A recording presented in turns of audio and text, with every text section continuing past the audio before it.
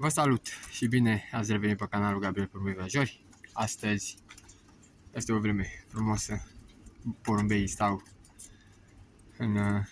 în voliera asta micuță afară, stau la soare, vitamina D3, frumos. Astăzi vreau să vorbesc m-ați întrebat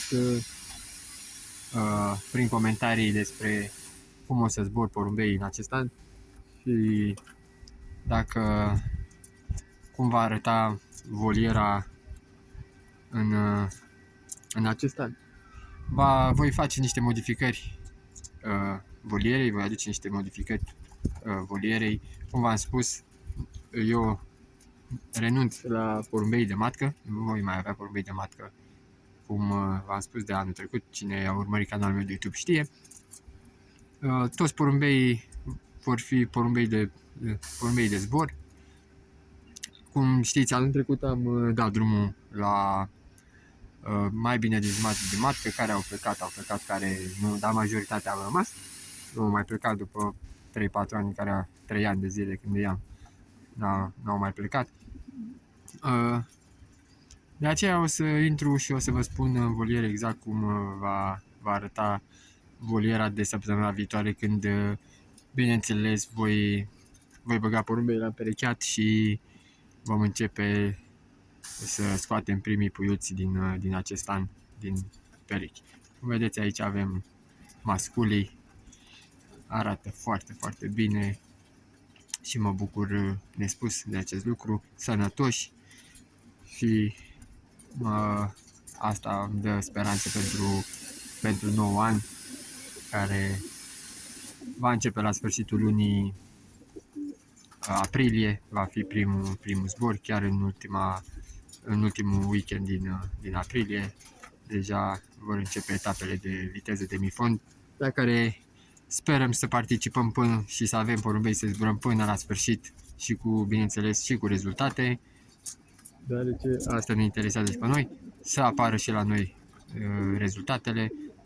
Dar mai mult ca sigur, în acest an vor apărea inevitabil și rezultatele, mai ales am mare încredere în porumbei care îi am în volieră în acest an. Voi intra în coteț și o să vă spun exact cum va arăta voliera și o să o vedeți probabil în următorul video, dacă nu un video care o să-l postez în weekend, deoarece cred că în weekend voi face acele modificări și o să vedeți.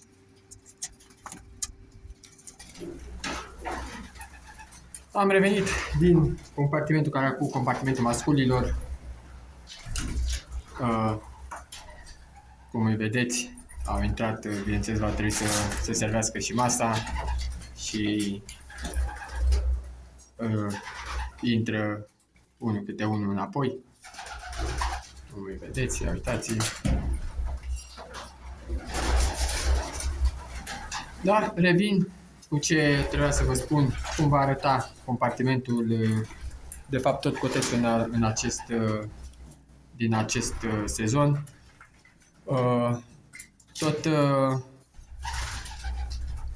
Toate odihnitorile vor veni puse pe peretele din compartimentul femelelor. Stați puțin ca să deschid un pic de acolo, să mă fac mai înțeles.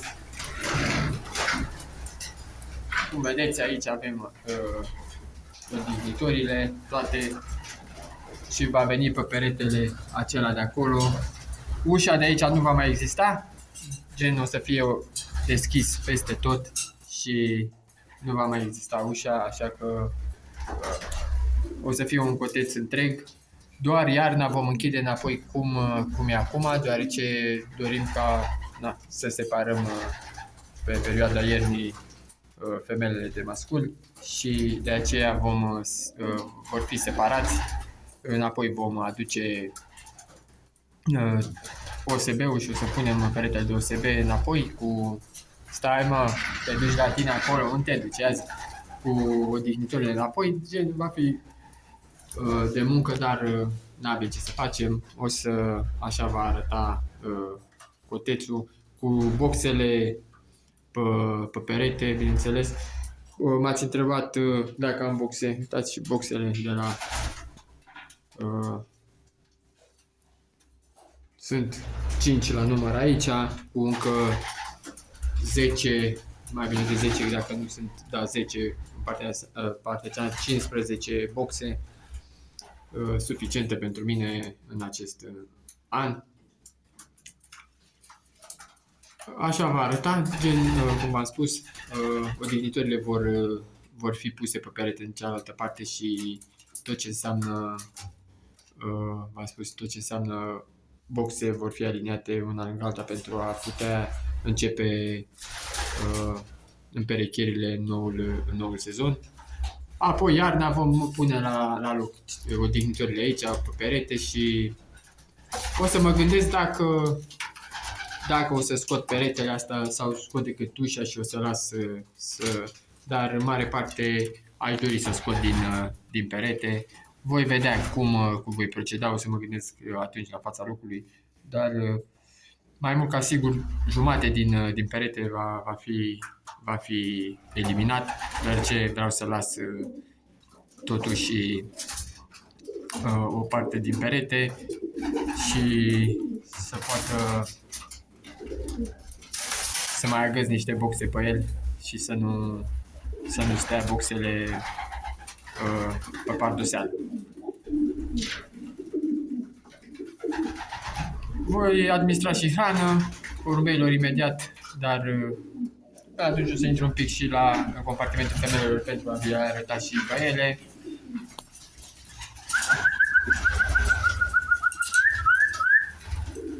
Cum le vedeți, roșia. M-a întrebat un abonat de niște pui. Aceasta e femeia care, dacă dorești, îți pot scoate niște pui. Acum alegerea e a ta. Dacă urmărești acest video, știi despre ce vorbesc.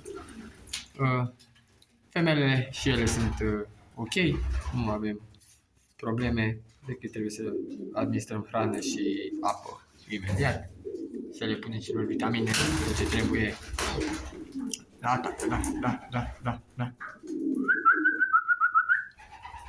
Va trebui să facem o curățenie generală înainte de să punem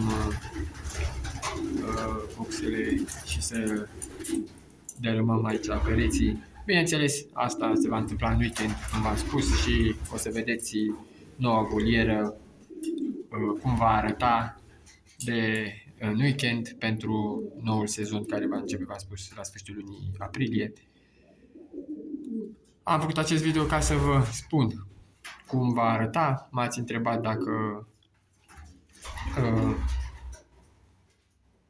dacă zbor porumbei de pe odihnitori. Bineînțeles că nu zburăm de pe odihnitori, așa că va trebui să facem niște modificări.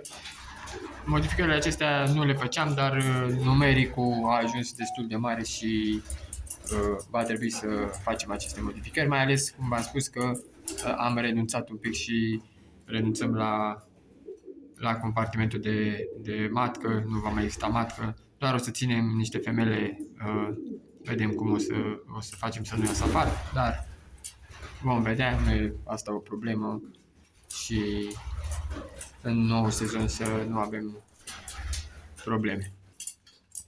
Cam atât am avut să vă spun pentru acest video. Nu uitați să apăsați butonul de abonare. Cei care nu sunteți abonați ai canalului meu, sunteți destui care nu sunteți abonați ai canalului meu, dar urmăriți aceste videoclipuri ale mele. Nu vă costă absolut nimic să apăsați butonul de abonare și să clopoțelul pentru a fi notificați ori de câte ori postez un video nou.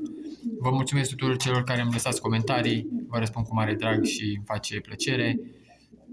Până data viitoare, să ne auzim, să fim sănătoși și să ne auzim cu bine.